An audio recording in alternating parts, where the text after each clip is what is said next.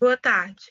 Estamos iniciando a nossa 10ª e última live nacional sobre o imposto de renda pessoa física. Os temas foram escolhidos por meio de uma pesquisa realizada no site sobre a renda variável. E quem vai abrir a live de hoje é o coordenador-geral de Tecnologia e Segurança da Informação, o auditor fiscal da Receita Federal, Felipe Mendes Moraes. Felipe, é com você. Obrigado, Ana. Bom, muito boa tarde a todos. É com enorme satisfação que dou início a essa live dedicada ao Imposto de Renda da Pessoa Física, o IRPF. Meu nome, como disse a Ana, é Felipe Mendes Moraes. Eu sou o atual coordenador-geral de Tecnologia e Segurança da Informação aqui da Receita Federal. E hoje temos o imenso prazer de explorar a evolução tecnológica da Receita Federal, também no contexto de imposto de renda, né?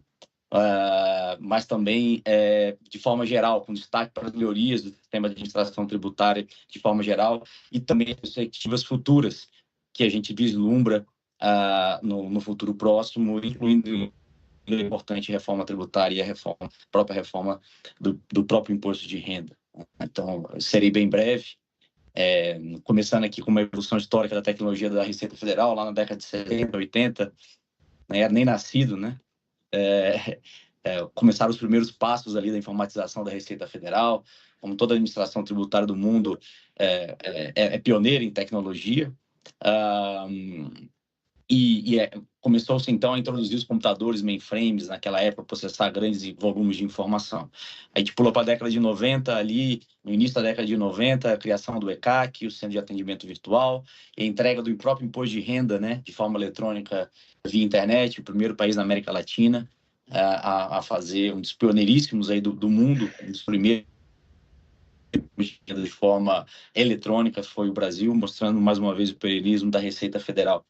Pulamos aí para a década de 2000, né, a escala eletrônica, que começa a propiciar uma integração maior dos dados e dos sistemas usados pela sociedade brasileira com a administração tributária, com a Receita Federal. Então, você tem aí uma melhoria na precisão da própria declaração e da fiscalização, né, provendo aí um ambiente justo, né, para que todos paguem um mesmo imposto, né, aumentando a transparência e a eficiência, né, da Receita Federal. E aí você entra na década de 2010, na transformação digital, né, automação dos processos, tecnologias avançadas. A gente começa agora, a partir do ano de 2020, começar a pensar em inteligência artificial, análise de dados, big data, otimizando e melhorando o processamento, né, das declarações e também muito a capacidade da Receita Federal em detectar fraudes em tempo real. Começamos também a trabalhar muito com a própria conformidade, conceito de conformidade, declarações pré-preenchidas do próprio imposto de renda, né? Um portal ECAC um pouco mais intuitivo e mais acessível, lançado recentemente, né? Então, essa é a breve trajetória aí tecnológica da Receita Federal. Vem a reforma tributária, né, em que todos nós estamos trabalhando, agora, em contexto de modernização total. Ela visa simplificar e modernizar o sistema tributário, o que é absolutamente fundamental para a gente, e a gente tem a tecnologia também como motor da própria reforma tributária, que vai beneficiar a todos os brasileiros, né? A adoção de tecnologias super avançadas, melhorando a arrecadação sem o aumento de impostos, melhorando a fiscalização da Receita Federal, reduzindo a burocracia e os custos operacionais da sociedade brasileira, né? Aumenta também a interoperabilidade entre sistemas e a transparência.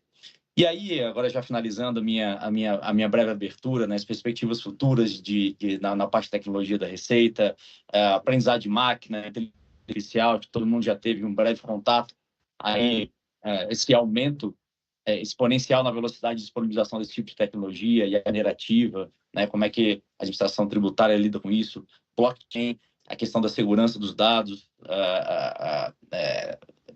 mantendo a transparência, né, e a interoperabilidade da Receita Federal e os contribuintes, mas também fortalecendo as medidas de segurança cibernética para que a gente possa proteger as informações dos contribuintes e a confidencialidade, né? Tratamos aqui com informações super sensíveis, né? Bom, a gente tem percorrido um longo caminho na modernização e aprimoramento dos temas tecnológicos, apesar das dificuldades, diminuição da quantidade do corpo funcional da Receita Federal, óbvio, e visível, também questões de restrições orçamentárias que não raro outras administrações tributárias no mundo passam, mas acredito que a gente tenha evoluído de maneira satisfatória, né? E o próprio imposto de renda é um excelente exemplo de como a tecnologia pode transformar a administração tributária, né? Mais eficiência, como eu já disse, transparência, comodidade para os contribuintes. Hoje em dia a gente faz uma declaração de imposto de renda em segundos, né? A minha mesmo eu fiz em alguns segundos, os dados todos disponíveis, e agora isso só reforça o nosso compromisso com a inovação, o uso da tecnologia e a criação de um sistema tributário justo e eficiente para a sociedade brasileira, né? Isso tem tudo a ver agora com o tema da live especificamente, que é o próprio REVAR, que é mais de uma evolução que a gente traz, que a Receita Federal traz para aquelas pessoas que operam em bolsa, que têm ali operações na Bolsa de Valores, trazendo automaticamente também para essas operações para declaração pré-preenchida. Bom, eu agradeço demais a participação de todos, agradeço a oportunidade de estar aqui conversando com vocês e eu espero que esse evento seja enriquecedor, esclarecedor para nós, e vamos seguir para as apresentações e discussões que eu acho que o Henrique vai puxar. Muito obrigado, boa tarde a todos.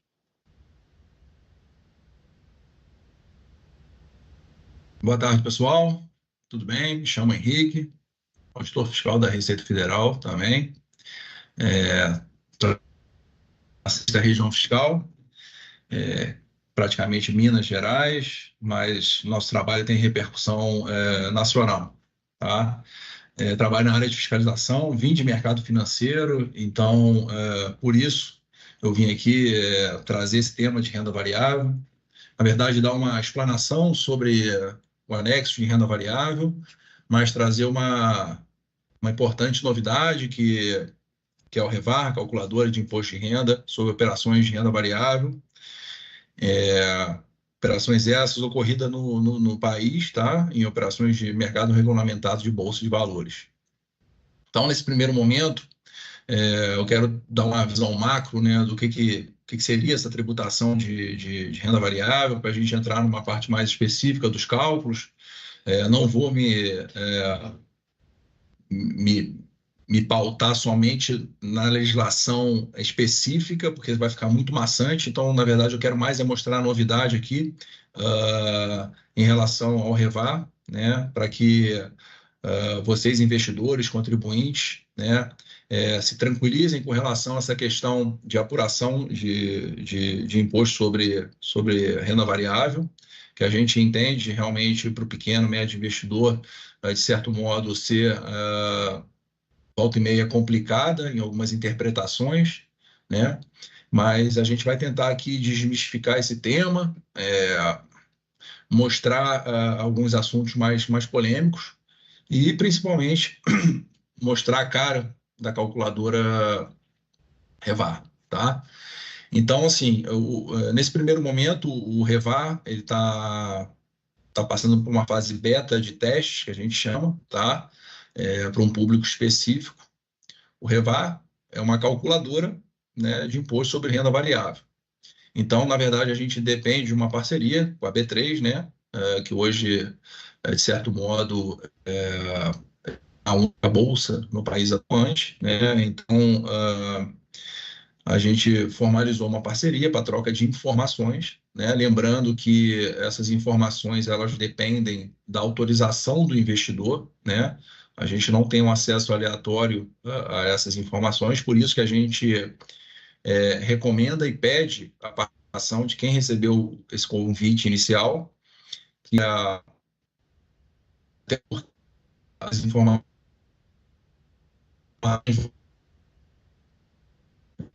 a ferramenta ela é um auxiliar, ela não é uma obrigação, né, nesse primeiro momento. Então, e para a evolução e para a confiabilidade do sistema, a participação nessa fase inicial ela é super importante, tá? Então, essa fase beta, ela está com previsão de conclusão em agosto, para que esse segundo momento, né, seja aberto para o público em geral. Lembrando que esse público em geral não é qualquer investidor, tá? A calculadora, nesse primeiro, a gente chama MVP, essa primeira versão, abranger as ações ocorridas no mercado à vista, com exceção de operações envolvendo empréstimos de valores imobiliários, tá? E operações com ouro ativo financeiro. Lembrando que o ouro ativo financeiro do mercado à vista ele foi descontinuado em novembro de 2023, então, de certa maneira, essas operações de mercado à vista de ouro, elas não estão do escopo aí da calculadora. Não existe mais. Então, eu vou iniciar com esse apanhado geral. Eu acho que, primeiramente, a gente tem que se situar, né, em que ambiente de negociação, né, quais são as operações que a tributação de renda variável elas estão inseridas, né, porque gera um pouco uma certa confusão em algumas circunstâncias, mas a legislação que rege, né, infralegal, a IN 1585 de 2015, ela é clara que o que a gente vai tratar aqui são de operações ocorridas no país, tá? Em ambientes regulamentados de bolsas, tá? Que a gente vai ver que bolsa de valores, mercadorias e futuros e balcão organizado. Então, a gente tem um filtro aí, né? Não são qualquer operações de renda variável que estão incluídas nessa tributação. A gente está falando de tributação de operações no país com investidores, pessoa física, tá? Em ambientes regulamentados de bolsa de valores. Então, a título de exemplo, operações com criptoativos não estão inseridos nesse contexto. São operações de renda variável, tá? Podem ter ocorridos no país, se a exchange for aqui no Brasil, mas não é um ambiente regulamentado pela CVM, pelo Banco Central. Então, não estaria dentro desse escopo. As operações que vão fundamentar a tributação seriam de ganho de capital, IN 84 de 2001, se ocorre com uma exchange dentro do Brasil, né? Então, essa diferenciação é importante a gente entender, né? O que é renda variável? Renda variável é algo que eu não consigo mensurar, né? E o que a gente conhece são as operações em bolsa de valores, de mercadorias e futuros, operações com ações, tá? Então, a gente tem esse primeiro filtro, que como eu trabalho em área de fiscalização, né, voltada a operações ocorridas em mercado financeiro, eu vejo que dúvidas básicas acontecem, né? Como é que é a tributação de criptoativo? Não, existe a tributação, mas não é esse contexto que a gente está explicando aqui, né? É outra IN que regula essa matéria, tá? Que são as operações com Forex também, não estão aqui, operações binárias. Então, a gente está tratando do que ocorre em ambiente hoje B3, tá? Que B3 hoje, o que ela faz? Ela abrange a antiga Bovespa, mercadorias de futuros, a BMF, né? Você tem um Soma Fix, que é o balcão organizado, e você, dentro desse contexto, você tem inúmeras operações de renda variável. Eu vou tratar aqui de operações de renda fixa ocorridas nesses ambientes? Não, operações de renda variável, tá? Então, passado, né, essa questão de aonde a gente vai tributar, né, operações ocorridas em ambientes regulamentados, Nasdaq, nos Estados Unidos, vão estar aqui? Não, ambientes no país, tá? Então, feita essa passagem inicial, tá, de onde a gente vai estar pisando, a gente precisa entender que a legislação hoje, ela separa a tributação de renda variável em dois anexos, né? Um anexo que a gente chama de anexo geral, né, que são as operações que a gente já estava acostumado, e um outro que é específico para operações com fundo imobiliário e FIAGRO, tá? Por que essa diferença? porque a tributação deles é diferente. Tá? Então, a gente não tem como manter no anexo um grupo de ativos que tem a tributação diferente. A legislação, nesse tema geral, ela fala que existe uma diferença muito grande entre um e três, né? Que a gente vê lá no anexo, existe aquela divisão, né? Entre operações comum e trade. Uma tem uma alíquota de 15%, a outra é de 20%. Os prejuízos entre elas não se compensam, né? E já no lado do FIF Agro, a alíquota é única, a alíquota de 20% sobre a variável 300. Então, existe essa separação inicial que a gente precisa se atentar de dois anexos, né, que tratam da variável que ocorrem em mercado de mercado de valores imobiliários. Tá? Então, esse conceito de modalidade operacional, ele é o início da tributação.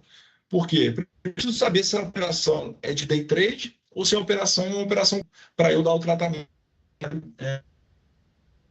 Hoje, gente, a gente sabe que esse cálculo manual, né, existem diversas ferramentas oferecidas aí no mercado, né, que são ferramentas de cálculo de ganhos em renda variável, que são até interessantes. Agora, o que a gente está mostrando aqui é um produto novo, né, de parceria da Receita Federal, né, do órgão responsável por fiscalização federal desse tipo de tributo, e da B3. Então, é uma calculadora oficial, né, onde te apresenta um cálculo dado pelo órgão de fiscalização. Tá?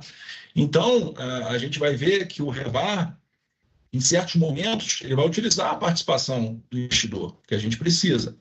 Mas a tendência o interesse é que ela seja o máximo automatizada possível, né? Então, para que a gente traga cada vez mais investidores para o mercado, né? Para desmistificar essa questão da apuração do imposto de renda, a gente entende realmente que ao mesmo tempo trabalhosa e muitas das vezes complicada de entender, né? A gente vê um investidor que vive de mercado, né? E passar o dia operando e realmente no final do dia tem que fazer de cálculo, de operações, de tudo, é realmente trabalhoso, né? E então a gente veio para suprir essa lacuna, né, junto com a B3 e apresentar esse produto. Mas antes, como te falei, eu vou dar esse passo para saber aonde a gente vai pisar, né, onde o REVAR vai atingir até que tipo de operação. Tá? Então, o ambiente regulamentado, eu já falei, hoje a gente praticamente remete ao ambiente regulamentado a B3, né? Operações com contratos de futuros, derivativos financeiros e agrícolas, né, no caso, as operações com ações, Bovespa, tá? Balcão organizado, soma fixa, as operações de balcão não organizado, que são operações feitas entre partes, né? Envolvendo intermediários financeiros, são operações que não estão contempladas, né? Porque são operações sujeitas a norma específica, tá? Então, feito esse apanhado geral, dentro da modalidade day trade, a gente tem que entender o conceito que às vezes confunde de day trade, tá? Day trade, definido pela legislação, ele é o quê? Uma conjugação de operações iniciadas e encerradas no mesmo dia, com o mesmo ativo e uma mesma instituição intermediadora, tá? Então, o que acontece? Né? Eu fiz uma operação pela corretora A e vendi pela B. Tá? A compra pela A e pela B no mesmo dia do mesmo ativo. Isso day trade? Não. Corretores diferentes. A gente tem que entender que day trade, ele, na verdade, o cunho dele é uma liquidação financeira. Ele não tem impacto em custódia. Né? Então, se eu estou comprado na corretora A e vendido na B no mesmo dia, ao terminar o dia, essas posições. Então, se eu estou posicionado no ativo X, né, em custódia, e a minha primeira operação do dia ela é uma venda, eu estou comprado, enquanto não encerro o dia, eu ainda não sei se aquilo ali é um day trade ou não. Por quê? Se eu compro, estou comprado, eu vendo, e a minha outra operação já é uma compra, essa venda com essa compra já vai ser classificada como day trade. Então, primeiro, a legislação, a corretora, ela vai analisar a cabeça do investidor, né? Eu vou fazer uma venda para encerrar o meu estoque, mas logo depois eu comprei. Na cabeça dele, aquela primeira venda foi para encerrar o estoque, mas ele comprou logo depois, no mesmo dia. Então, o que a legislação fala? Olha, o day trade, você vai pegar as primeiras compras com as primeiras vendas e as primeiras vendas com as primeiras compras. Então, se você comprou 10, você tinha um estoque de 10, tá?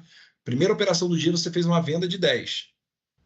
Na segunda operação, você fez uma compra de 10, você vai pegar essa venda de 10 e a compra de 10 e vai tributar como day trade. E não vai pegar o seu estoque e fazer a venda dessa primeira operação do dia, porque o dia ainda não encerrou, tá? Então, isso aí é uma dúvida básica, tá? Que normalmente a gente se depara em alguns procedimentos de fiscalização. Então, não levar em conta o estoque do dia anterior. Então, feita essa pincelada do que é o day trade, do que é comum, a gente vê que o tratamento tributário é diferente entre essas modalidades operacionais, tá?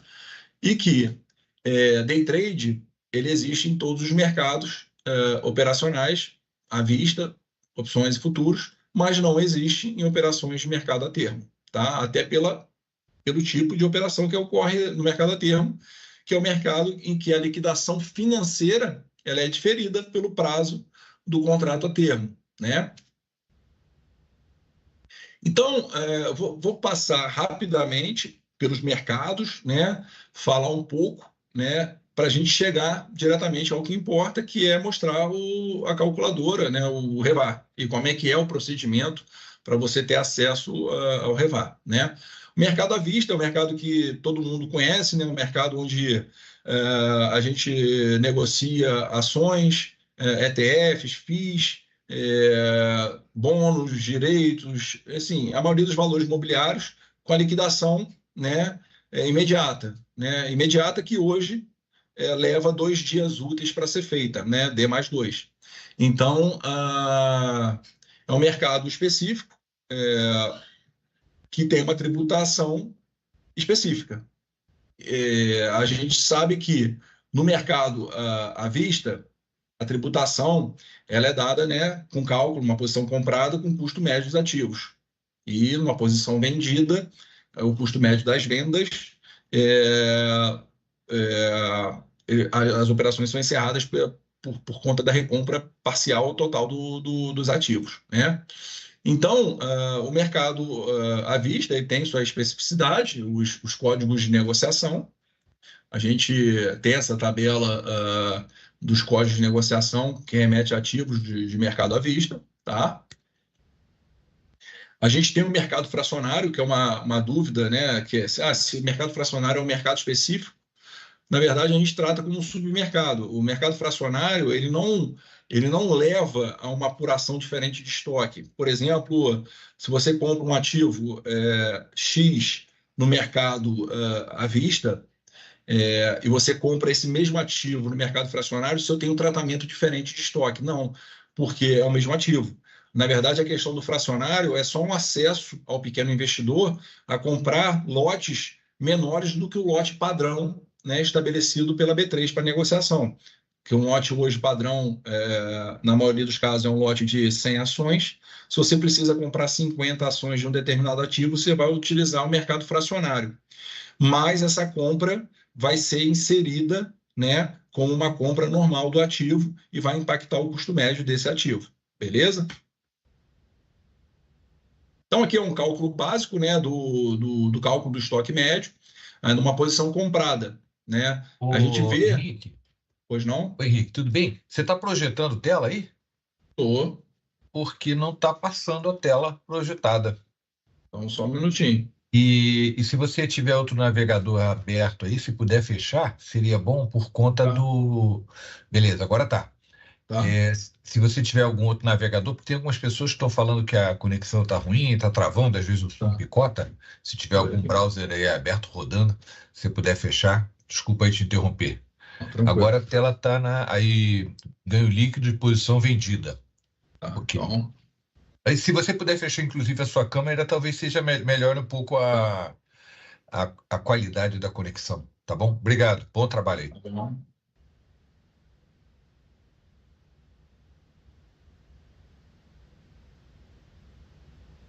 Então, dando continuidade aqui,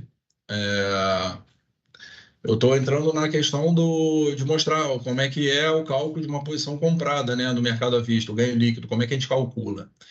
A posição comprada, né, a gente tem que apurar o custo médio desse estoque a cada entrada nova no estoque, né?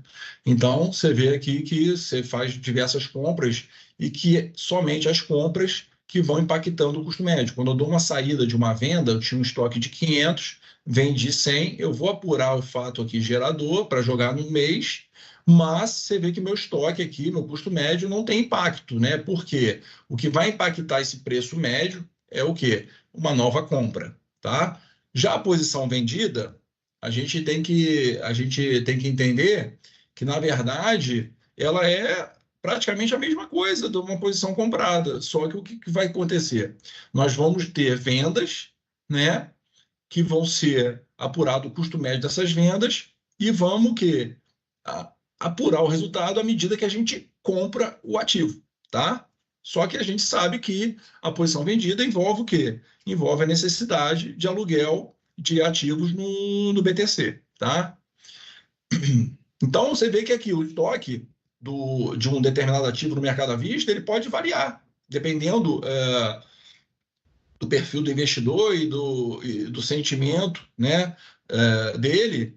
Ele está com uma posição comprada num dia, pode no dia seguinte inverter essa mão dele e ficar com uma posição vendida, né? E vai calculando o estoque de acordo com esse custo médio e confrontando o custo médio com as operações de encerramento e apurando o resultado no mercado à vista, né? Para ser somado aos outros resultados do mercado à vista e ter o resultado no mês. Beleza? Mercado a termo é um mercado muito similar ao mercado à vista, né? Só que é um mercado com prazo de liquidação diferido. O que é? Mercado a termo, eu estou com a expectativa de receber um dinheiro daqui a 30 dias, por exemplo. Quero aproveitar a baixa que determinado ativo deu no dia de hoje no pregão, né? E eu simplesmente faço uma operação a termo, onde a precificação do ativo vai ser o valor à vista, mais a curva de juros. Então, eu posso me beneficiar hoje de comprar, por exemplo, o ativo que caiu 10%, entendendo que ele vai se recuperar nesses próximos 30 dias, né? E pagar por ele só daqui a 30 dias, entendeu? Então, o mercado a termo, ele na verdade é um mercado em que a liquidação, em vez de ser financeira de D+2, ela ocorre no prazo estipulado do termo. Tanto é que quando é emitida a nota de corretagem, em D+2, só é cobrado a corretagem e as despesas, né, de emolumentos, de taxa de liquidação, de registro, ou seja, as despesas da B3. O valor da operação em si, ela fica diferido para o vencimento do termo. Beleza? Então, no termo, né, a legislação ela estipula que eu não posso misturar o termo com à vista. O termo ele tem uma metodologia de cálculo diferente. Eu tenho um contrato. Então, nessa ocasião aqui, ó, eu fiz uma operação a termo, comprei 1.000 MPXE a termo, o preço foi 15,93, isso ficou diferido. Beleza. Daí, minha compra está aqui, eu estou comprado no termo. Minha liquidação no dia 19 de setembro, minha rolagem no dia 17. O que eu posso fazer? Eu tenho a opção de encerrar esse termo antecipadamente. Como é que eu encerro esse termo? Eu encerro esse termo com uma venda à vista. né? Então, eu vendi à vista por 20, encerrei o termo, apurei um resultado de 4.014 no mercado a termo, tá? Ah, as ações estavam a R$ 15. Eu fiz a venda assim mesmo. Por quê? Porque na liquidação eu não tinha o financeiro para liquidar, resolvi liquidar antes e apurar um prejuízo de 985. Então, a liquidação do termo, ela se dá sempre antecipada com uma venda à vista, porque vai haver o casamento, né? Quando eu fiz a operação a termo, eu assumi uma obrigação de pagar esse valor de 15.931 em 30 dias. Mas uma vez que eu vendo à vista e abro, né, ou seja, encerro o contrato a termo, esse valor de 15.931 ele é antecipado dos 30 dias para o dia da liquidação. Então, se eu vim aqui e encerrar na data de hoje, em D+2 vai vir um débito de 15.931, que estava postergado lá para o dia 19 de setembro. Mas, ao mesmo tempo, vai vir o crédito da venda, né? Então, no meu conta corrente, vai ter um débito do termo e um crédito da minha venda. E vai me apurar um valor financeiro a meu favor de 4.014. E na custódia, né? O que vai acontecer? Como eu liquidei o termo, as ações vão sair da vinculação desse contrato e vão entrar para a custódia à vista. E, ao mesmo tempo, vai ter a saída de 1.000. Então, a custódia vai ficar zerada, o meu financeiro vai ficar zerado, não tem mais obrigação nenhuma, e apurei aqui o lucro ou o prejuízo da operação. Agora, se lá na frente eu não efetuar a venda, tá? O que vai acontecer? O meu valor do termo, eu vou encerrar o contrato a termo, não vou apurar nenhum resultado no mercado a termo, e o valor que eu paguei e as ações vão o quê? Impactar meu estoque do ativo. Ou seja, eu não tenho mais contrato a termo desse ativo. Eu tenho agora um ativo que entrou na minha custódia à vista porque eu paguei o termo. Só que eu não quis vender no mercado, eu encarteirei. Então, aqui, ó, eu tinha 500 ações a 18,96 e esse valor de estoque. Paguei o termo, paguei isso aqui, ó, 23.000, comprei 1.000, entrou no meu estoque 1.000 a 23,01. Tem um novo estoque de 1.500 e o meu custo médio novo é esse aqui. Só vai ter o quê? Resultado quando eu fizer uma venda à vista. Então, já deixou de existir o mercado a termo. Ele foi só um trampolim para eu comprar as ações e depois ela entrar no meu estoque à vista, tá?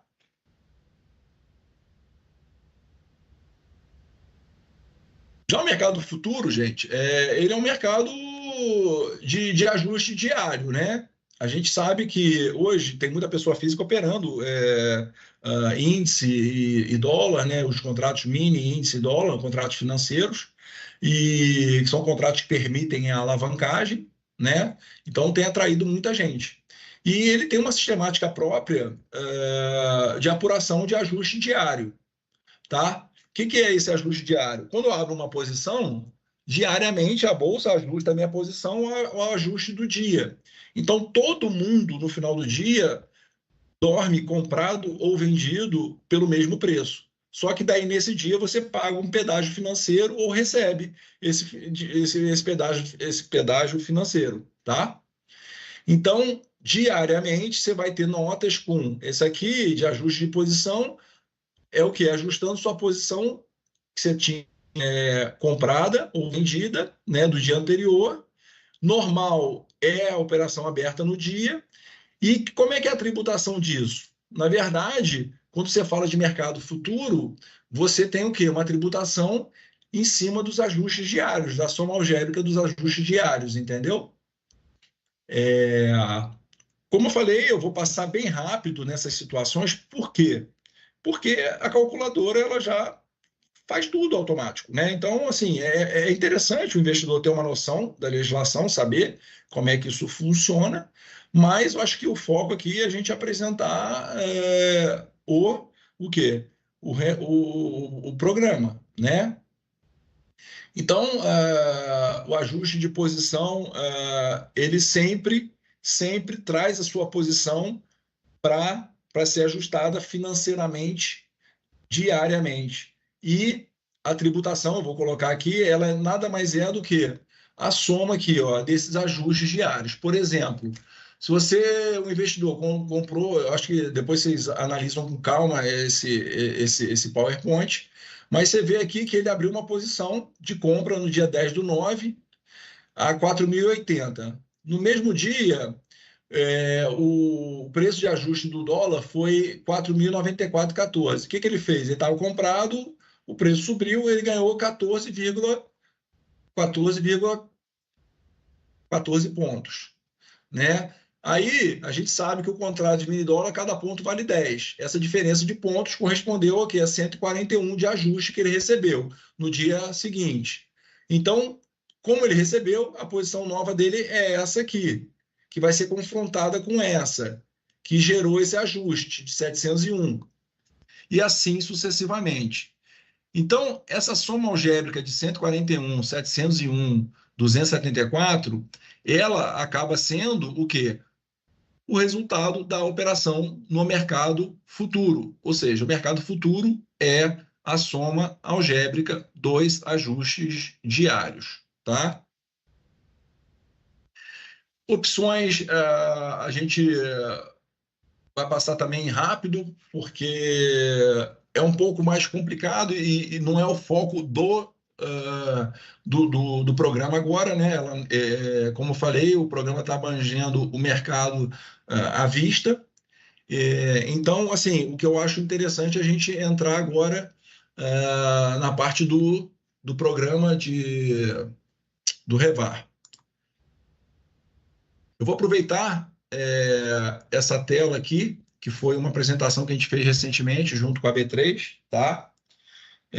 Para falar sobre o detalhe todo do projeto. Então, o que é? O Revar é essa calculadora que vai apurar o imposto de renda variável que a gente acabou de apresentar em operações de bolsa ocorrida no país por pessoas físicas. Beleza? Então, nesse primeiro momento, ele está na fase beta.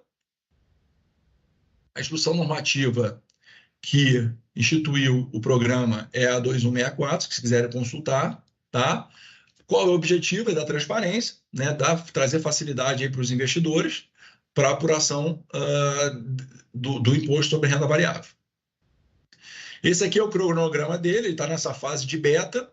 E o que vai acontecer? A intenção é para todos os investidores, a partir de agosto, estar liberado, tá?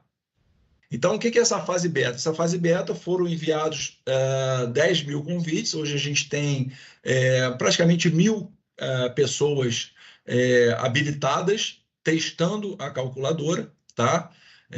Foram usados diversos critérios para esses convites, tá? Primeiro, esses critérios de filtro tem que ser investidores que só operaram no mercado à vista, não fizeram vendas descoberta, não operaram no mercado de opções, enfim, tudo que eu já comentei, tá? Então, os investidores que receberam esse convite, tá? Eles têm o quê? A primeira etapa para cumprir é ir no canal do investidor da B3, beleza? E autorizar o compartilhamento de informações. A Receita não consegue fazer nada se não tiver a autorização do investidor, tá?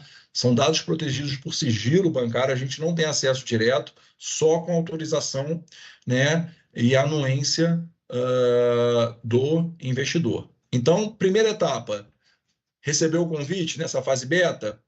Beleza, recebeu. Não recebeu? Vai ter que esperar o programa ficar disponível em agosto para todos, tá? Segundo, recebeu, vai lá na B3 e vai autorizar a calculadora. Isso é muito simples, é um passo a passo dentro da área do investidor, está dentro aqui, isso a gente faz em poucos segundos, tá? Uma vez essa autorização dada, tá, no serviço calculadora de renda variável, você vai vincular a calculadora Revar. Lembrando, gente, vocês só têm acesso a isso se vocês estiverem dentro desse filtro dos 10 mil. Quem não tiver, não vai ter essa visualização da calculadora, tanto no ambiente B3 como no ambiente da Receita, beleza? Então, não adianta querer antecipar. é só se for convidado nesse primeiro momento, tá? Então, só as etapas. Cumpridas essas etapas na B3, a gente vai ter o quê? Vai ter a possibilidade de acessar ela no ambiente da Receita, que é esse aqui.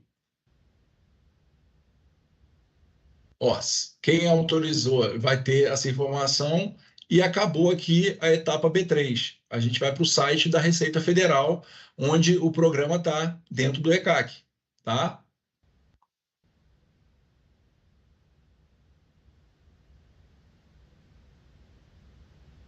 Então, algumas ponderações. O programa ele não é obrigatório. Você recebeu um convite, autoriza quem quer, usa quem quer nesse primeiro momento, tá? Autorizou, cria alguma obrigação? Não. Na verdade, ele é uma ferramenta auxiliar nesse primeiro momento. Você pode usar ele e usar os seus cálculos manuais e utilizar os seus cálculos manuais em vez dele. É uma ferramenta só, tá? Óbvio que a tendência dele é se tornar o quê? Um programa que vai abranger todos os mercados e, no futuro de médio prazo, obrigatório para todo mundo, tá? Então, quem autorizou vai conseguir visualizar dentro do ECAC declarações e demonstrativos, a opção apurar imposto sobre renda variável, tá? Então, são essas duas mensagens que podem acontecer. A pessoa que não autorizou e acessou vai dizer que você não autorizou ainda, você precisa ir lá na B3 autorizar.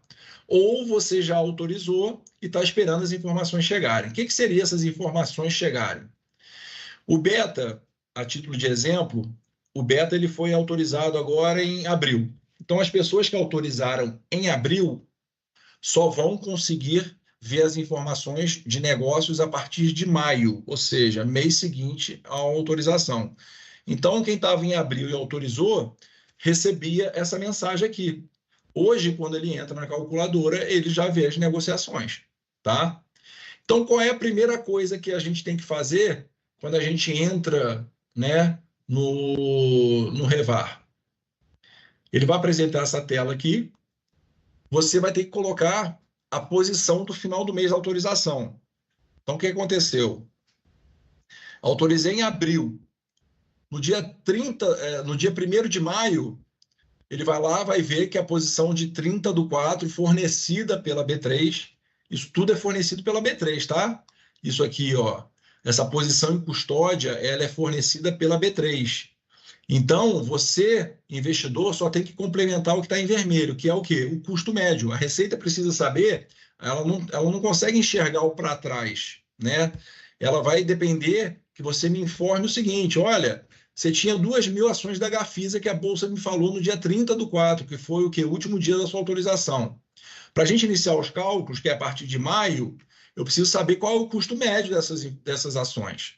Então, essa informação o investidor vai ter que dar. Enquanto ele não der, a calculadora não habilita o menu dela, tá? Então, o custo médio vai estar aqui como não informado, ele precisa entrar e informar. Com relação a esse custo médio, só um adendo, tá? Você vê que aqui a calculadora ela apresenta a quantidade liquidada e provisionada. Por quê?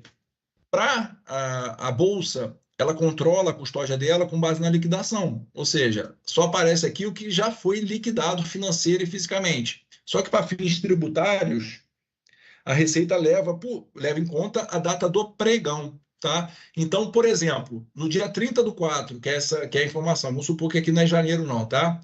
Dia 30/4, se no dia 29 eu vendi essas 2.000 Gafisas, a minha quantidade total vai estar zero. No estoque da B3 aparece liquidada 2.000, só que no pregão do dia 29 eu vendi 2.000. Então, para receita, para fins tributários, a minha quantidade de estoque é zero, tá? Porque eu vendi, mas não foi liquidado ainda naqueles D+2.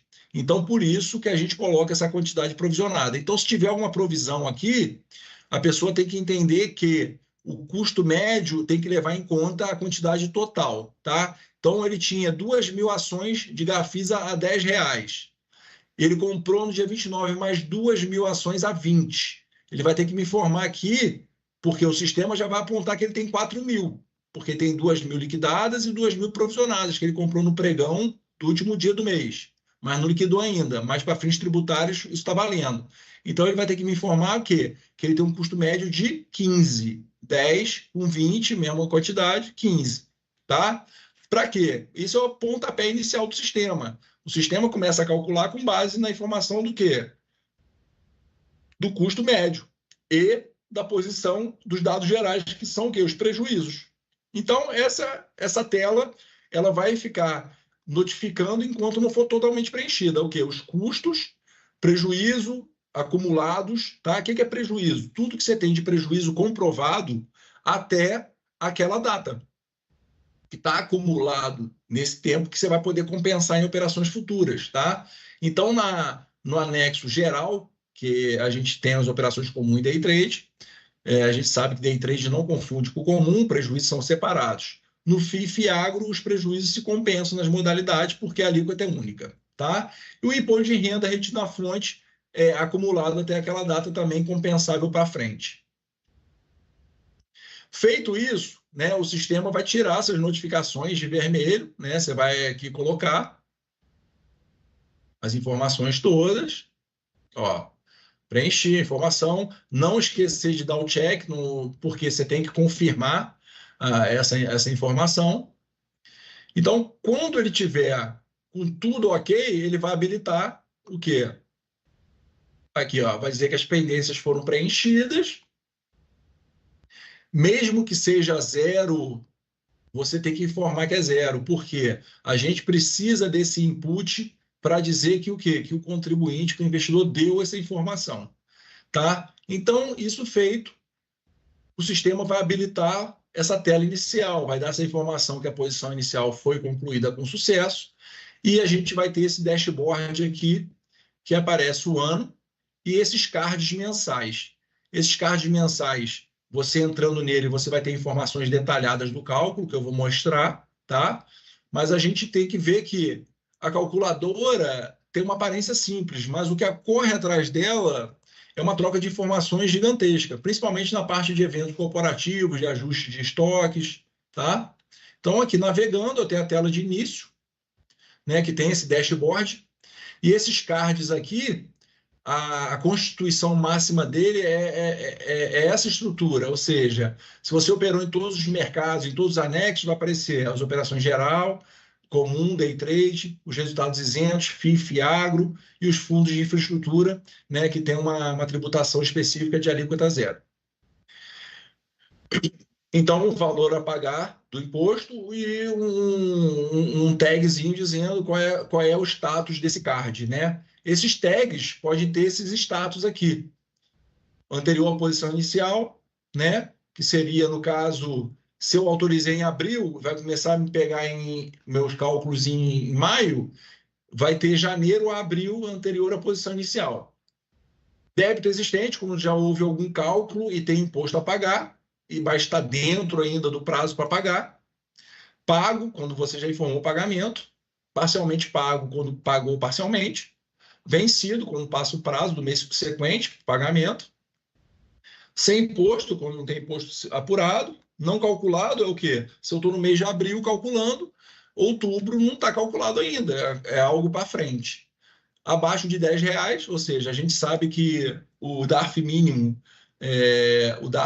que a gente recolhe é de R$10, então se não chegar no valor de 10, ele vai somar para o mês seguinte até somar o valor de 10, tá? Mas enquanto não tiver 10, vai estar com esse tag de abaixo de 10.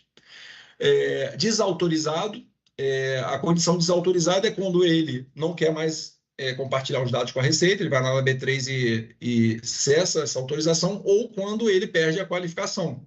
Por exemplo, nesse primeiro momento, mercado à vista. Se ele fizer a operação no mercado de opções, ele vai ficar desautorizado e não consegue mais usar a calculadora até a próxima versão. Tá?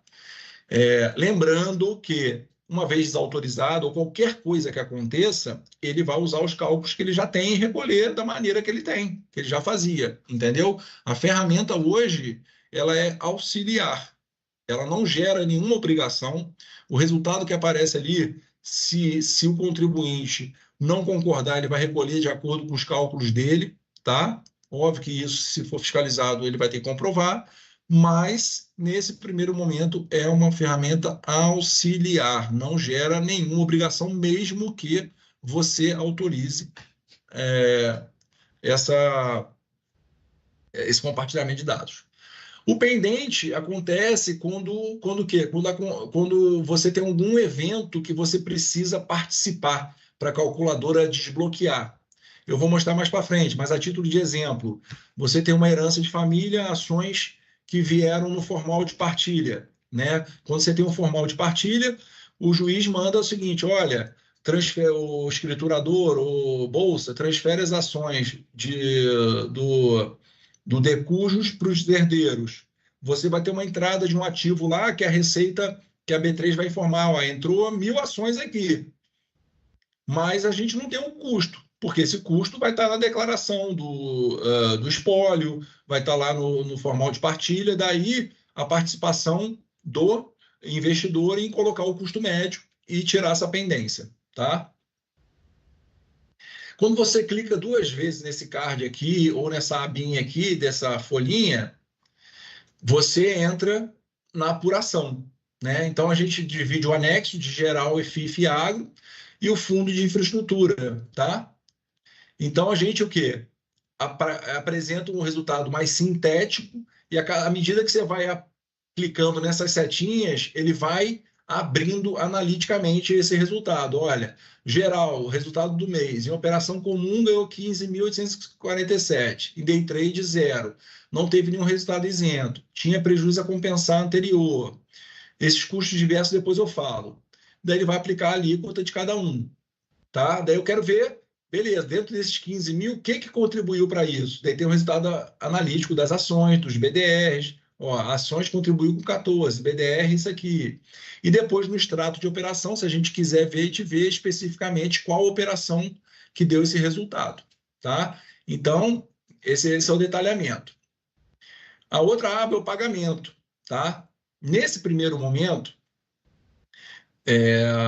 a gente tem que ter esse cuidado que essa informação do pagamento ela vai ser manual, tá?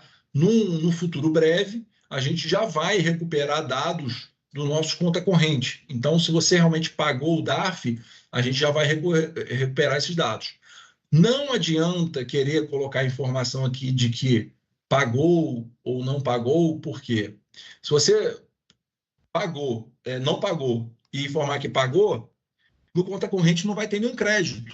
Então, como eu falei, nesse primeiro momento, é uma ferramenta auxiliar para você ter o quê? Uma base e controlar os seus investimentos, os seus pagamentos. Então, o sistema vai apurar que em março você tem um débito a pagar de 3.432. Daí você vai gerar o DARF, vai recolher via Pix, ou vai recolher o DARF manualmente aqui, mas eu acho que a gente tem que aproveitar a tecnologia, né? Então, eu recolhi. Gerei o DARF, recolhi, vou colocar a informação aqui que recolhi. Ah, não, vou informar para a Receita que eu recolhi, mas não vou recolher. Não adianta. Vai dar para você aqui como 0, mas no nosso sistema aqui vai ter uma informação de débito sem crédito. Entendeu? Então, não adianta. Vai estar enganando você mesmo. Então, esse pagamento ele tem que ser, nesse primeiro momento, informado manualmente, tá? Para que aquele card aqui, ó, lá em cima, ele fique como pago, aqui, ó. Pago, tá? E não como débito existente. O que pode acontecer? Você já pagou e não informou. E está ainda cobrando débito existente. Você, mas eu já paguei, então. Então, você já pagou, você tem que ir lá informar. Ixi, eu não informei, já está vencido. Beleza, não tem problema. Ele vai te apresentar isso aqui com juros e multa, mas você recolheu na época certo. Então, você vai vir aqui informar só o valor. A data que você pagou, ele já vai tirar os juros e multa e vai deixar só o principal. Ah, não, realmente eu não paguei, tem que pagar. Daí você vai colocar o valor do principal, multa e juros, e vai informar o pagamento. E a tag vai ficar de vencida como paga, tá? e o valor a pagar, 0. Então, aqui é a informação. Olha, eu vi, mas eu já tinha pago. Então, é só não botar aqui, ó, o valor de juros e multa. E botar a data certa. Ó, paguei dentro do tempo, ó, 29/4. Então, realmente, não tinha juros e multa, tá? Essa outra aba de análise de isenção, ela analisa todas as isenções legais, né? Então, ela, mês a mês, ela vem e fala o seguinte, olha, existe a isenção de pequeno valor, que é específica para ações, tá, gente?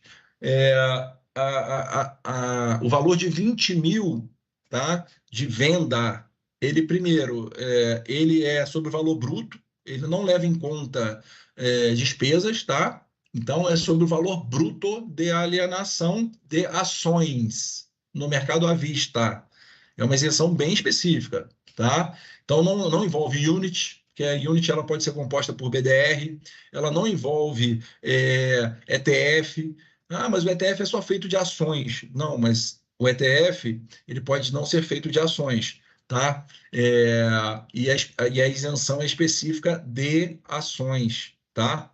O ETF ele é um valor mobiliário próprio, beleza? Então, aqui ele vai dar o resultado. Ó, em março, você não teve isenção, porque suas alienações foram maiores do que 20 mil.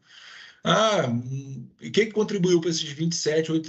Contribuiu essas operações aqui, ó, do dia 3/3, um valor de alienação de 6 mil. Né? Então, ele compõe tudo para chegar nesse cálculo. Já no março de 2024, você foi isento. Por quê? Você só vendeu R$300. Essas operações aqui, tá? E tem essa aba custos diversos, que a gente deixou aberta porque existem algumas despesas, né, que não estão na nota de corretagem, tá? Então, o que está em nota de corretagem, vocês não precisam levar em conta, porque já está tudo ali calculado no valor líquido da operação. A B3 já passa para a gente, tá? Isso aqui é alguma coisa extra. Por exemplo, tem lá no seu extrato de conta corrente da corretora uma taxa de custódia que não é específica para uma operação em si, tá? Você vai colocar aqui a taxa de custódia, que vai impactar no mês, né? Por exemplo, até um tempo atrás, taxa de aluguel de BTC, ele era dedutível, só que existe uma solução de consulta, chamada solução de consulta 42 da COSIT, que ela proibiu que a pessoa física deduza a taxa de aluguel de BTC em operações vendidas, entendeu? Então, como a gente é vinculado, a gente tem que o quê? Glosar essas despesas. Então, por mais que você entenda que essa despesa ela é dedutível, a Receita não vai aceitar. Você pode colocar aqui em custos diversos, mas você vai estar suscetível ao quê? A ser fiscalizado e a ser glosado essa despesa, tá? Então, por exemplo, ISS, plataforma operacional, tem gente que entende que isso é dedutível, mas não é para a Receita, tá? Então, hoje, de diverso, a única coisa que a gente aceita são o quê? São as taxas de custódia que são pagas mensalmente, tá? Mesmo assim, as corretoras têm dado isenção disso aí. Então, a segunda linha é a posição inicial, caso você queira ajustar alguma coisa que você informou lá naquela posição inicial, tá? Mas ela vai ser o reflexo do que você informou lá. Mas você viu na apuração que você informou errado. Você vem aqui e edita a situação para ficar ok, tá? Resolução de pendências é aquilo que eu falei. Sempre quando tiver algum evento que não seja de pregão ou algum evento corporativo que você precise participar, que a gente precise da participação do investidor para mostrar algum custo médio ou alguma coisa, ele vai aparecer aqui. E o que acontece? Ele vai travar a calculadora enquanto você não resolver a pendência. Por quê? Eu não posso liberar a calculadora para fazer cálculo errado, né? Então, está dizendo aqui, ó, entrou uma transferência de ativos no BR33 no dia 27/3. Me informa qual é o valor disso. Se você não me informar, você vai ficar travado. Daí, tá vendo? Ó, tá tudo pendente para frente. Tá? Então, para isso liberar, eu preciso que chegar e editar essa informação de pendência. Eu venho aqui, ó, no olho, vejo o que é, vou editar. Vou editar na setinha. Não, realmente, eu recebi e tem um valor unitário de R$10. Beleza, solucionei a pendência, gravei, ele vai atualizar e vai me liberar os cálculos, tá? Essa aba eventos vai aparecer todos os eventos corporativos, o histórico deles, os eventos em que você participou, que você precisou botar informação. Então, isso aqui, na verdade, é um histórico de todos os eventos que ocorrem na sua custódia e nas suas operações. A outra aba, estoque, né? É uma aba em que você pode pesquisar o seu estoque em determinada data, por mercado, por categoria, por ativo. Lembrando, mais uma vez, que a informação apresentada aqui é da data do pregão, tá? Por exemplo, se no dia 31/3 está dizendo aqui que o CARD 3 tem 150 ações, é porque até o dia 31/3 você teve essa posição. Já na B3 vai aparecer só o que foi liquidado até essa data. Então, às vezes, esse valor aqui pode não bater. Vou puxar minha posição em custódia dia 31/3 na B3. Ele está dizendo lá que tem 100 ações só. Mas você sabe que ontem você comprou 50. Para a Receita são 150, porque é a data do pregão, tudo que aconteceu até aquele dia. Só que para B3 é tudo que o quê? Liquidou até aquele dia, tá? Então, é só atentar a isso. Eu não concordo com esse cálculo. Não tem problema. Eu vou vir aqui, vou editar esse valor e vou receber essa notificação. Qualquer alteração feita aqui vai refletir nos cálculos e vai ficar gravado. Então, você vai ter que o quê? Se a gente falar o porquê que você fez isso, tá? Mas pode acontecer. Daí vai aqui, ó, vai dar uma informação de que você alterou o valor do estoque.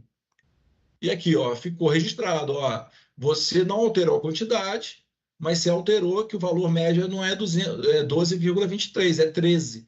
Então, o seu estoque de 489 foi para 520. Beleza, é auxiliar. Você vai recolher o imposto em cima disso agora. Se no futuro a gente quiser saber a situação, o que levou você a fazer isso, você vai ter que comprovar o porquê dessa mudança, tá? Isso aqui é um lembrete. Tem em mãos todos os documentos comprobatórios dos ajustes feitos. Lembrando que os 5 anos de guarda do documento não é do dia que você comprou o ativo, é do fato gerador, tá? Então, a título de exemplo, uma casa que você comprou em 1940, né? Se você está vendendo ela hoje, não quer dizer que em 1946 você pôde jogar toda a documentação dela fora, porque o fato gerador aconteceu hoje. Então, é 5 anos do fato gerador, que você pode eliminar a documentação, tá? Então, você tem que guardar toda a documentação. Eu tenho um prejuízo acumulado desde 20 anos atrás, só que você ainda não compensou esse prejuízo. Você precisa estar com os comprovantes para dizer que aquele prejuízo ali é existente, entendeu? Por quê? Se você começar em 2024 a compensar esses prejuízos, os fatos geradores são agora. Então, você precisa comprovar para a Receita, caso ela peça, os prejuízos que você declarou no início das operações.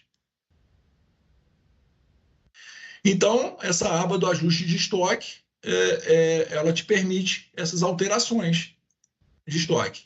E a última aba é essa de extrato de operações, que a gente pode fazer a pesquisa, né, das operações que aconteceram, né, por ativo ou por data. Aí você vai filtrar a data de início, data de fim, e vai aparecer todas as operações com cada ativo ou por data.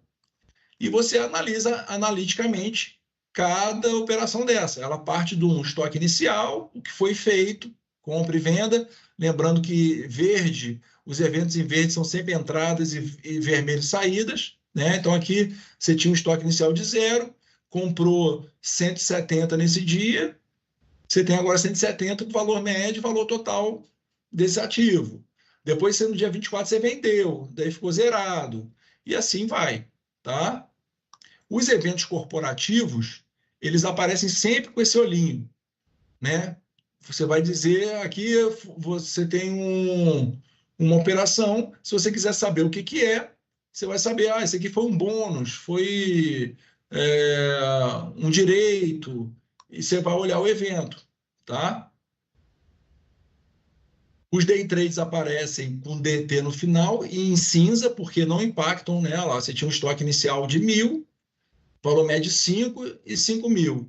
Ou seja, essas operações não impactam isso aqui, porque a legislação fala que não apura, não leva em conta o estoque anterior. Então, eu fiz aqui, comprei 20, vendi 20, ganhei R$5 aqui, né, em 20 ações.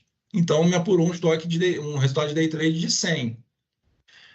Mas nesse mesmo dia eu também vendi mais 20. Então, aqui meu estoque vai diminuir. Nessa operação aqui, eu apurei um resultado de R$200, porque eu tinha um valor médio de 5, ganhei R$10 por cada 20, né? 10 vezes 20, 200. Então, assim, essa é a apresentação da calculadora, tá? Lembrando que essa estimativa de agosto, ela é uma estimativa que vai depender do beta, tá? De como é que vai ser o resultado do beta, mas a intenção ela está disponível, como eu falei, para todo mundo a partir de agosto, beleza? Seguindo aqueles passos, tem que estar dentro do escopo do MVP, né, que é o investidor que operou no mercado de ações, não fez operações com opções, termos, futuros, para poder, a partir de agosto, utilizar a ferramenta. Lembrando, mais uma vez, que ela é uma ferramenta, nesse primeiro momento, simplesmente acessória, tá? Que vai te ajudar nessas apurações, mas que os seus cálculos, caso você confronte e ache mais justo os seus cálculos, eles podem ser recolhidos com base nele. Qualquer autorização pode ser revogada, uma autorização específica para operações em bolsa, a gente não vai ter acesso a nada mais do que isso, tá? Então, a gente pede, né, óbvio que essa participação do investidor para o crescimento da calculadora, para que no futuro breve todos os mercados sejam computados, né, e que essa obrigação e esse trabalho não exista mais e que o investidor se preocupe meramente com seus investimentos. Eu encerro por aqui, vou pedir de novo a palavra para o Zé Carlos para fazer o encerramento aqui da live. Ô Henrique, poxa, muito obrigado, as suas palavras foram ótimas. Nós tivemos uma oportunidade muito grande de conhecer essa ferramenta. Você pode ligar para a câmera, acho que agora a gente consegue ficar os dois juntos. E eu não sei como é que está passando isso aí no YouTube, mas espero que estejamos juntos. Mas queria te agradecer pessoalmente aqui por esse trabalho que você fez. Muita gente pediu teus slides, a gente vai tentar ver se tem uma forma de disponibilizar isso para o público.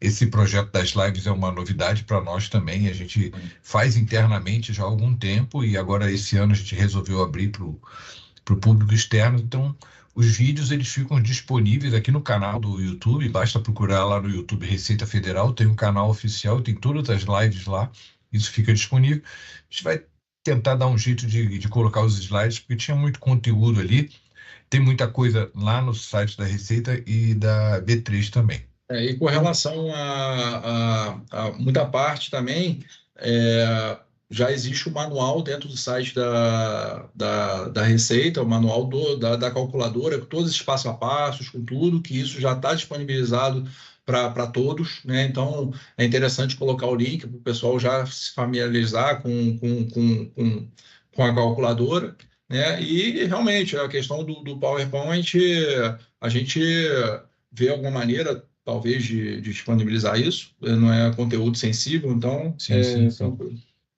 Muito material, eu vi que tem lá na página da B3, dentro da página da Receita também tem muita coisa que você utilizou ali, mas ótimo, eu acho que a gente consegue passar essa informação. Te agradeço demais. Eu tenho os recados aqui antes do pessoal sair, mas eu já te chamo, Henrique, eu vou projetar aqui a minha tela.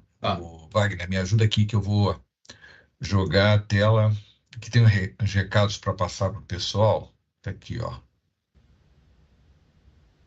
Você me avisa se isso estiver chegando lá no YouTube direitinho.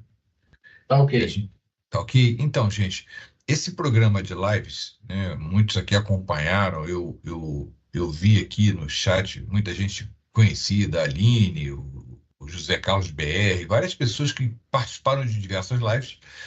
Para quem não conhece, esse foi um trabalho que começou antes, lá no início de março, onde a gente ouviu a sociedade e perguntou assim, quais são os assuntos que mais interessam vocês ouvirem? E esses foram os mais pedidos.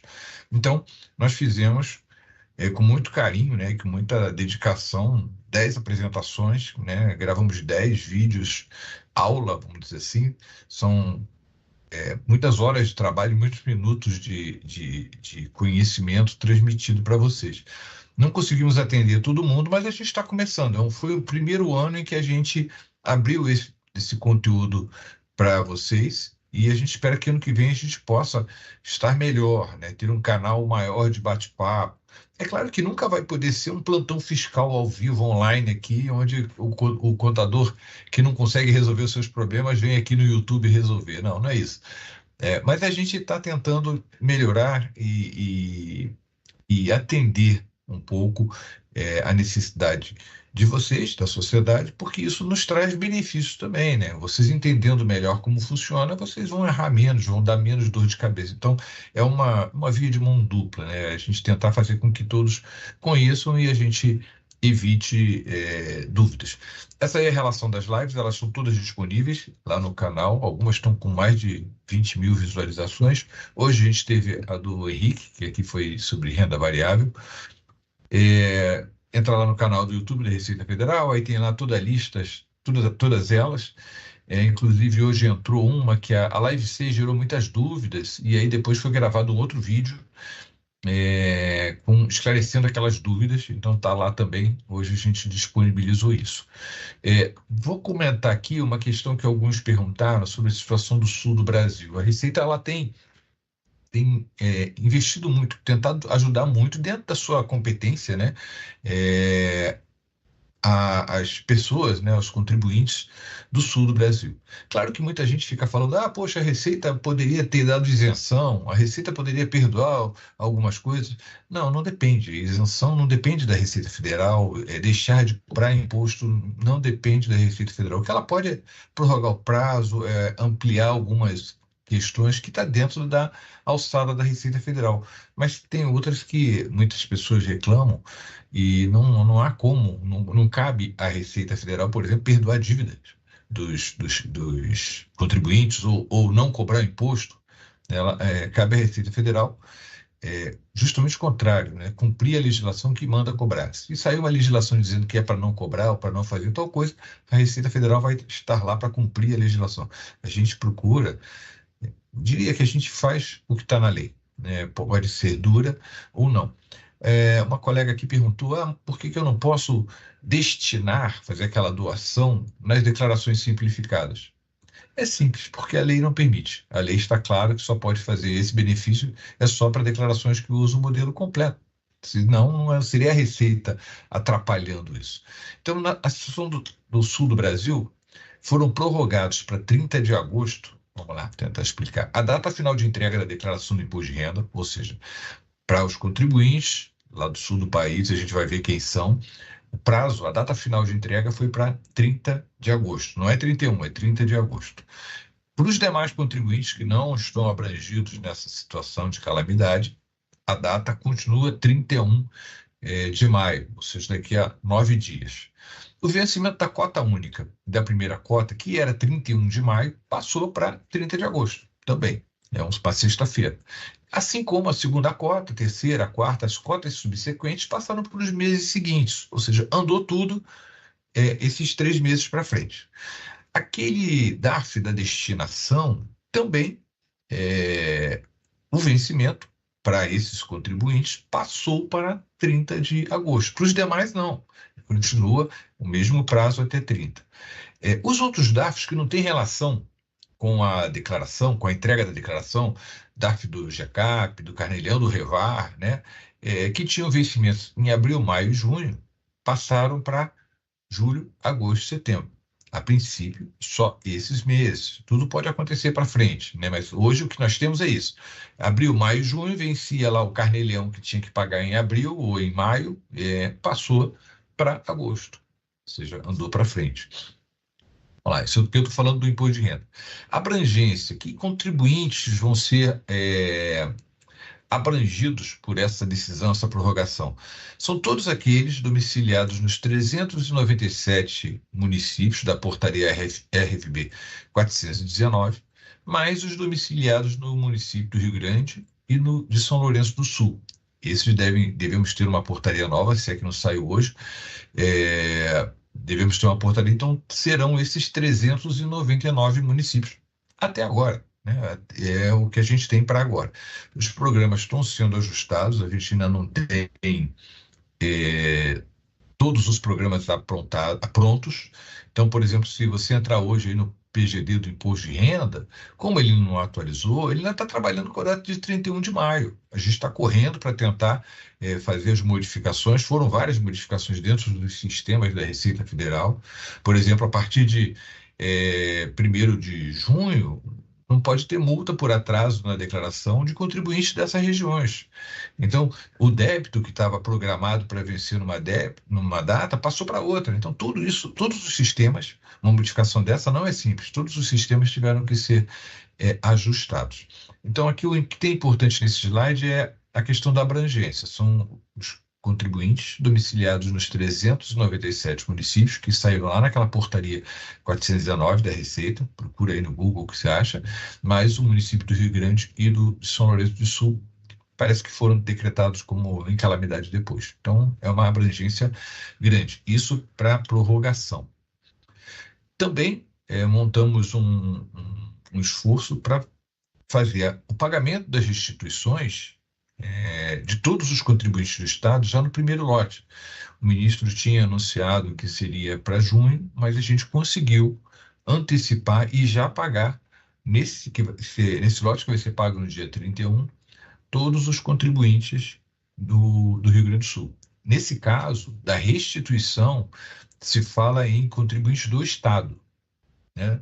E no que se refere à prorrogação, é com relação aos 397 municípios, mais os dois, 399 municípios. Para deixar isso bem claro. Aqui, na prioridade de restituição, já vale a partir do primeiro lote, que será pago no dia 31 de maio, e para os lotes subsequentes também, né? Alcança todos os domiciliados no estado do Rio Grande do Sul, alcança todos os que entregaram a declaração até 15 de maio e estavam em fila de espera. Mas e se ele entregou no dia 16 ou no dia 17? No dia 16 ou 17, o lote já estava sendo montado, então não teria como colocar esses contribuintes. Mas se ele estava em malha no dia 14, ele vai ser contemplado? Não, porque ele não estava em fila de restituição. Então, somente os que estavam na fila até o dia 15 de maio. Essa prioridade, ela não interfere nas prioridades legais. Lembra que eu falei que a Receita está fazendo tudo o que está dentro da sua competência, né? A Receita não pode criar uma prioridade acima da lei. Nós não temos esse poder de legislar. Então, existe a prioridade legal, que é os idosos maiores de 65, moléstia grave, deficiência físico-mental, cuja maior fonte de pagadura seja fonte de renda seja o magistério. Esses têm uma lei específica que bota eles lá prioritários. E nós não tivemos ainda uma lei que colocou o pessoal do Rio Grande do Sul como prioritário. Mas, depois desses que têm prioridade legal, a Receita pode estipular a ordem de pagamento da restituição. Antes, quem é que vinha depois dos que têm prioridade legal? Vinham aqueles que tinham PIX e pré-preenchido, que tinham optado pelo pagamento, pela receber restituição via PIX, ou tivessem utilizado a declaração pré-preenchida. Esses vinham logo abaixo dos que tinham prioridade legal. Agora, quem vem logo abaixo é o pessoal do Sul, do estado do Rio Grande do Sul. E depois vem PIX e pré-preenchida. Ou seja, a gente incluiu naquilo que a lei permitia a gente incluir. A consulta será liberada amanhã, vai estar disponível para consulta tanto na página da Receita Federal como no app da Receita Federal.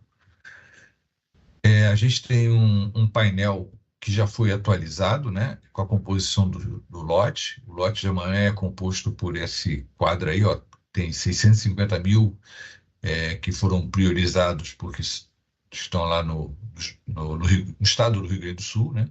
Tem 258 acima de 80 anos, professores têm 1.100.000 e tudo. O painel lá, ele já está com o lote aqui gerado, né? Que vai ser pago amanhã com as informações, os valores serão 9,5 bilhões de reais, é o maior lote da história da Receita Federal. Desses 9,5 bilhões, cerca de 1,1 bilhão somente para o Rio Grande do Sul, né, para atender o pessoal que está em estado de calamidade. Acho que isso aqui é uma consulta pública, diz inclusive aqui por estado, aqui embaixo rolando, dá para ver por estado e por município a composição do lote. Esse aqui é o painel de entregas, a gente estava hoje às 17h45 com 29.530 mil declarações, ainda temos 9 dias. Comparando com o dia 22 de maio do ano passado, a gente está um pouquinho acima, um pouquinho à frente, foi 29 milhões e alguma coisa, temos aí umas 500 mil declarações a mais, que deve ser o crescimento normal, uns 4%, 3%, 4% no número de declarações. Então, isso já está disponível também para consulta. Bom, a gente vai terminar essa sequência de lives, acho que foi uma experiência bem valiosa para todos nós. Eu queria aqui agradecer novamente ao Henrique. Henrique, se você quiser se despedir do pessoal, agradecer a um time que está aqui atrás com o Henrique, né? Porque muita gente não sabe, mas a gente não está respondendo sozinho, né? Tem o Bruno, tem o Rodrigo, o Kleber que está aqui, o Hugo, a Andréia, que a gente está sempre tentando atender vocês. É claro que muitas dúvidas que não tem nada a ver com Revar, a gente não tem como responder. Como eu falei, isso não é um plantão fiscal, né? Não é um plantão de tirar dúvidas, mas sempre foi muito prazeroso poder estar aqui com vocês e levar um pouco desse conhecimento. Agradeço muito a todos pela audiência. E, Henrique, se você quiser falar alguém, o seu time quiser falar alguma coisa também, fiquem à vontade. Na verdade, só agradecer a participação de todos até essa hora aqui, né? Falando sobre renda variável e, mais uma vez, contar com a colaboração de todos aí nesse projeto novo, né, da calculadora, que em breve vai estar chegando a todos os investidores. E contar com a participação, com a autorização de vocês, para que a calculadora cresça cada dia mais. Ótimo. Uma questão que eu acho que você não abordou, e alguém perguntou e eu achei muito legal, se a pessoa não quiser usar, ela não vai usar. Tudo bem, por enquanto ela é opcional, talvez um dia seja obrigatória, não temos essa informação ainda. Mas qual é a grande vantagem de utilizar? A primeira é que ele não vai ter que fazer aquele cálculo todo, né? Aquela trabalheira toda que hoje esse mercado acaba exigindo. Segundo, um dado importantíssimo, essas informações estando na Receita, quando a Receita tem alguma informação sobre vocês, o que acontece? Essas informações acabam voltando na pré-preenchida. Então, qual é a ideia de futuro? É que lá na frente você possa operar no seu mercado de ações, fazer todas as operações e não tenha que ficar preocupado com a parte tributária, que isso tudo vai ser calculado pela calculadora, e na hora de declarar também não tenha que ter essa preocupação, porque a calculadora vai falar com a pré-preenchida e essas informações vão estar lá.